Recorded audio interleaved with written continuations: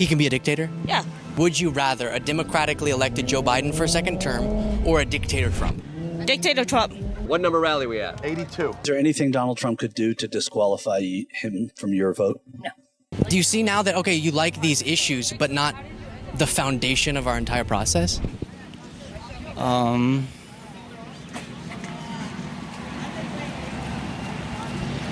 Stormy Daniels? You're with Stormy Daniels? You Schools believe like everything Tom Media Brady says? shot Are you an idiot? to watch him die. I'm asking you to teach me. I feel like, honestly, Is there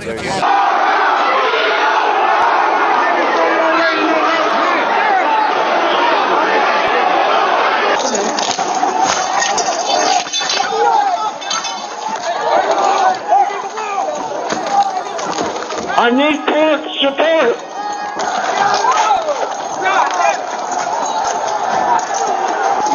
We lost the line.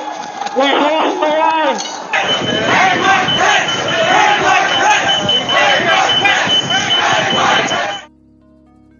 MAGA is dangerous. They are destroying the country, they are a threat to democracy, and we need to fight back.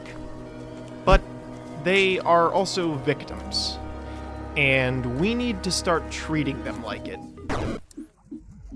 Now, let me clarify some things right off the bat. 1. I absolutely despise this administration, and I loathe anyone who supports it. 2. I have the same level of cortisol in my bloodstream from the last month of headlines as 10 middle-aged men have racked up over the course of their entire lives of watching Fox News. 3. I'm honestly really hungry, and I really want to eat, and I haven't slept in days, and I just want, and I'm fine. I'm actually fine. I'm just okay. I'm okay. I'm okay. I'm okay. Fine. Everything's fine. I don't even remember what I was going to talk about. Can we just end the video? Politics in the United States is absolutely fun.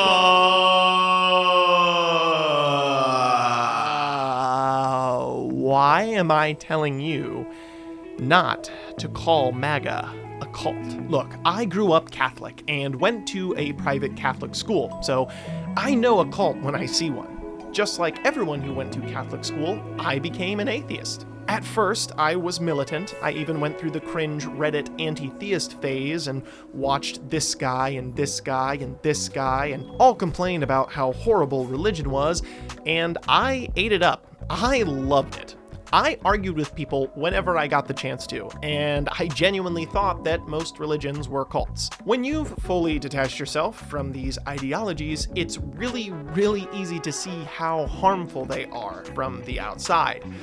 I know that I saw so many people where I genuinely thought their lives would just be better if they had left their religion behind. You are filled with righteous indignation, and you just want to tear it all down because of all of the harm it's causing society. You aren't worried about the optics, you just want to make sure that it's added to the long list of mythologies that we no longer respect. Leading up to, and certainly shortly after the election, I started to feel that same righteous anger building up inside me towards MAGA and the people who supported Trump. And honestly, pretty much everyone who even looked favorably upon him or gave him the benefit of the doubt. Like, centrists, for instance, these people, and this guy. And this one too. They're not actually centrists, they're 100% right-wing, and they're causing the Overton window in the United States to shift so far right that our politics is currently unrecognizable.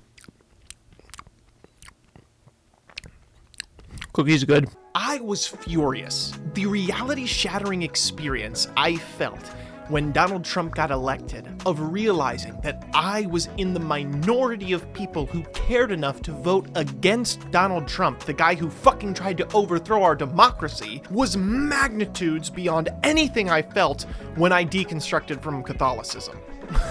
All hope's not lost, though, because the anger fueled me to make this YouTube channel where I could yell and talk into the camera and get out all my frustrations about how horrible this situation is. But the more and more I thought about what it actually was I wanted to do and how I wanted to tackle this problem and the things I wanted to address and how I wanted to go about doing this, I realized that there was a fundamental issue with all of this. I didn't want to help the people who voted for Trump. I think most people on the left can recognize that they were brainwashed and lied to and manipulated by the Republican Party to believe a lot of the things that they believe, but people, and myself included, just feel apathetic towards them anymore because we tried to tell them that this was going to happen. We told them that Project 2025 was a legitimate concern. We told them that Donald Trump was going to be way worse this time. We told them he was trying to overthrow the country during the 2021 January 6th fiasco, and we told them that he had ties to Russia. And they didn't listen. They didn't even care. They heard all of it and voted for him anyway. MAGA is literally a I am Zen. I am Zen. The Buddha would be so proud of me. So, there is some satisfaction in watching the leopards come for them, and I won't deny that part of me absolutely wants them to see how bad this decision was and to feel the consequences. But unfortunately, I actually want to try to, solve this problem or whatever, I want to, fix politics from my little computer room or whatever, I guess, look, I don't even have my shirt tucked in, I'm literally like Jonah J. Jameson over here. When I went through my debate religion at all costs phase, I used the same tactics that I used to talk about politics during the election. I envisioned myself schooling people in the marketplace of ideas, just like Richard Dawkins would have wanted me to. Unless he's talking about trans stuff, because the guy really kind of fell off the deep end with all that shit. In politics specifically, I was obsessed with court cases and the statistics and the economy and actually diving into the specific topics and talking about the philosophies of liberalism and the founding fathers. But just like my talks with religion on the basis of philosophical arguments for God's existence, they went nowhere. I always walked away from the conversations feeling like I was actively losing brain cells by interacting with some of these arguments. Now that I mention it, I should probably get scanned for some sort of degenerative brain disease. Which, oh my god, I figured it out. They act just like they're in a cult. Good news, everyone! I got my test results back, and it turns out I have the mental acuity of an 80-year-old. That means I'm 4 times better than you. Where were we? Yes. MAGA definitely not being a cult. As I was writing the script for this video, I had the news playing in the background because I became the very thing the childhood version of myself swore to destroy, a boring adult. Luckily for me, the White House conference between Zelenskyy and Trump, where they were going to negotiate a peace to end the war, came on. And I was very confused because I was assured the war was going to end January 20th when Donnie was sworn into office.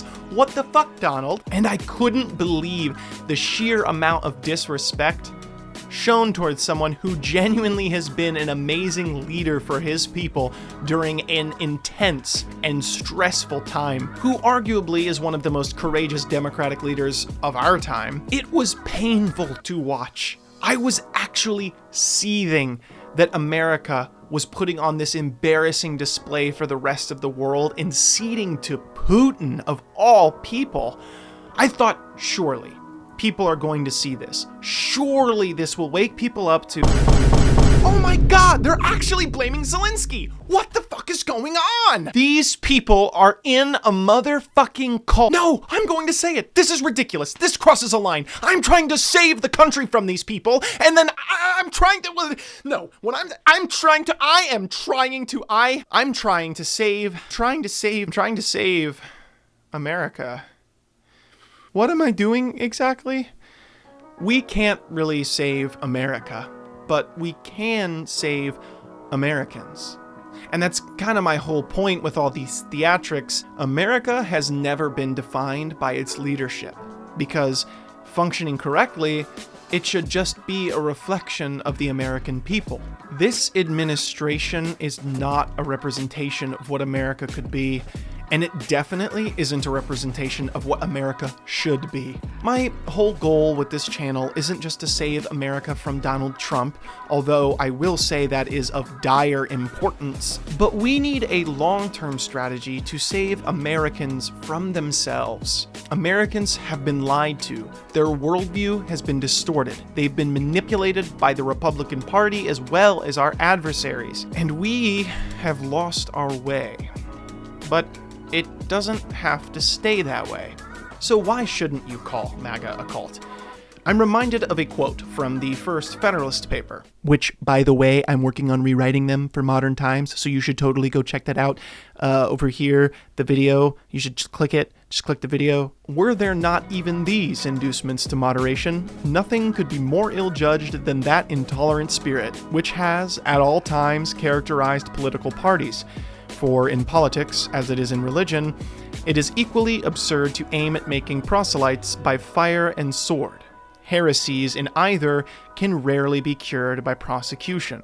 In my understanding, what he was trying to point out was that if you vilify an ideology, even if it is genuinely corrupt and bad for society, there will be more people who just join it out of sympathy rather than actually expose the harmfulness of that ideology. Their commitment to the ideology, in their minds as well as the eyes of the public, is more valuable than the truth of whether or not that's a good ideology. Moderation is the only way to win over the public's views, even if they deserve to be persecuted. This is why I think we should stop calling MAGA a cult. Those of us who are already convinced and on the other side don't need to hear this. We all already know it.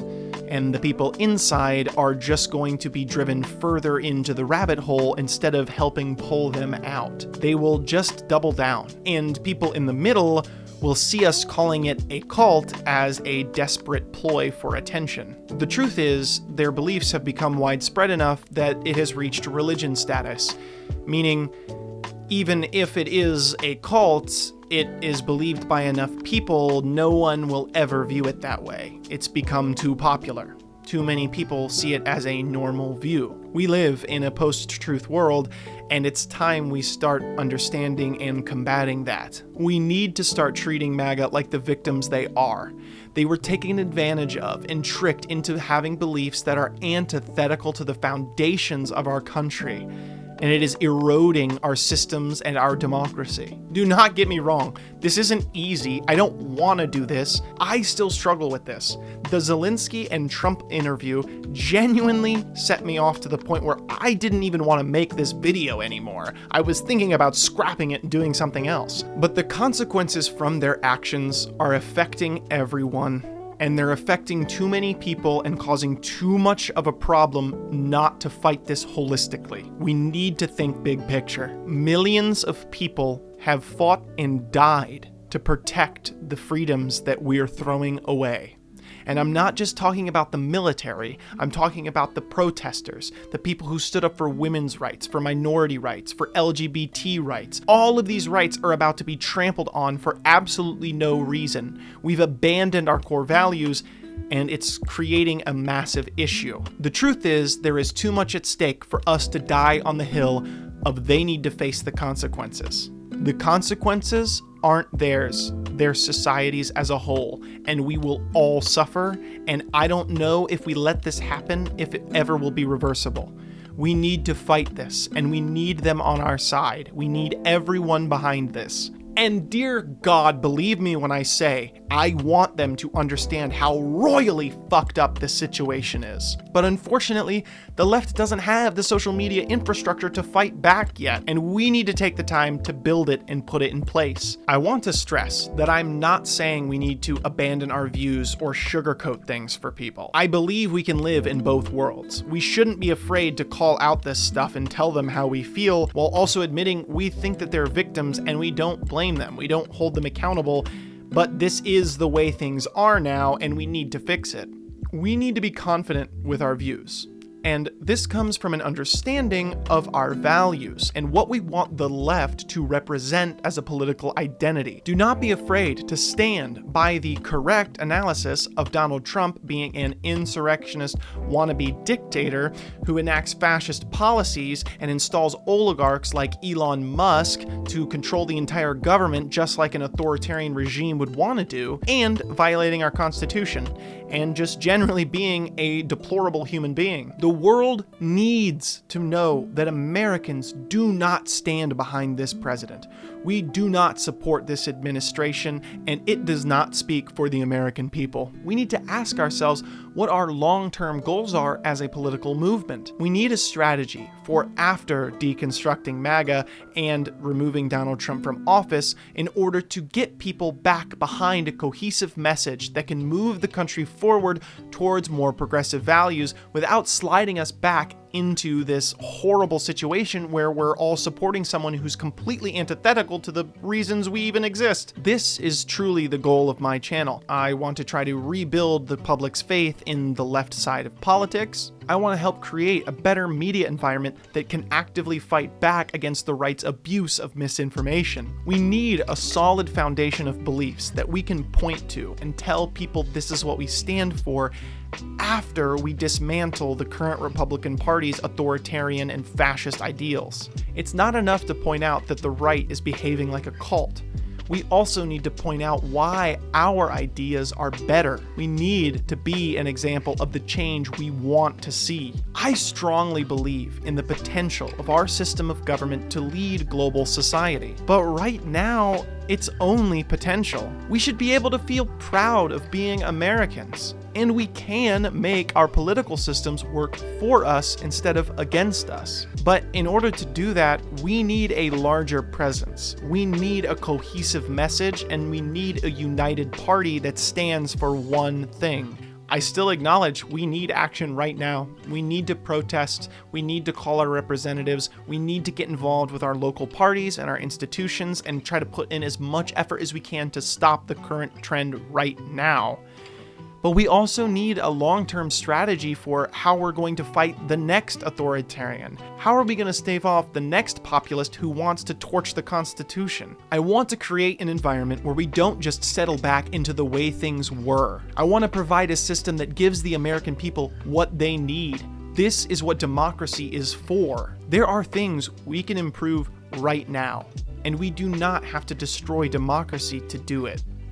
Thank you so much for watching, and if you made it all the way through, honestly, pretty fucking impressive. Nice. Make sure to leave a like and a comment. Also, I have a Discord open to the public if you want to join and have a conversation about these topics, or debate me, or, you know, try to join the conversation. You can find me on all socials at PottsDavidG. I'm uploading my Federalist paper project to Substack before I upload it to YouTube, mainly because the editing for those videos takes a very long time. But if you are curious to get more of my views, you can go ahead and watch this video here, which I did recently. Very cool, very fun. There's also this video here, which not many people have seen, and I think it should be seen because it's pretty good and has a lot of good content. I won't lie to you, my other videos are a little slower. I tried something different with this video, a new format, trying to see if this kind of works, trying to see how I like it. I don't have much content yet, but I am dedicated to building this channel to be a good place to gain understanding of left-leaning views. So subscribe if you want to join that journey and help me build this platform. As always, thank you for your time.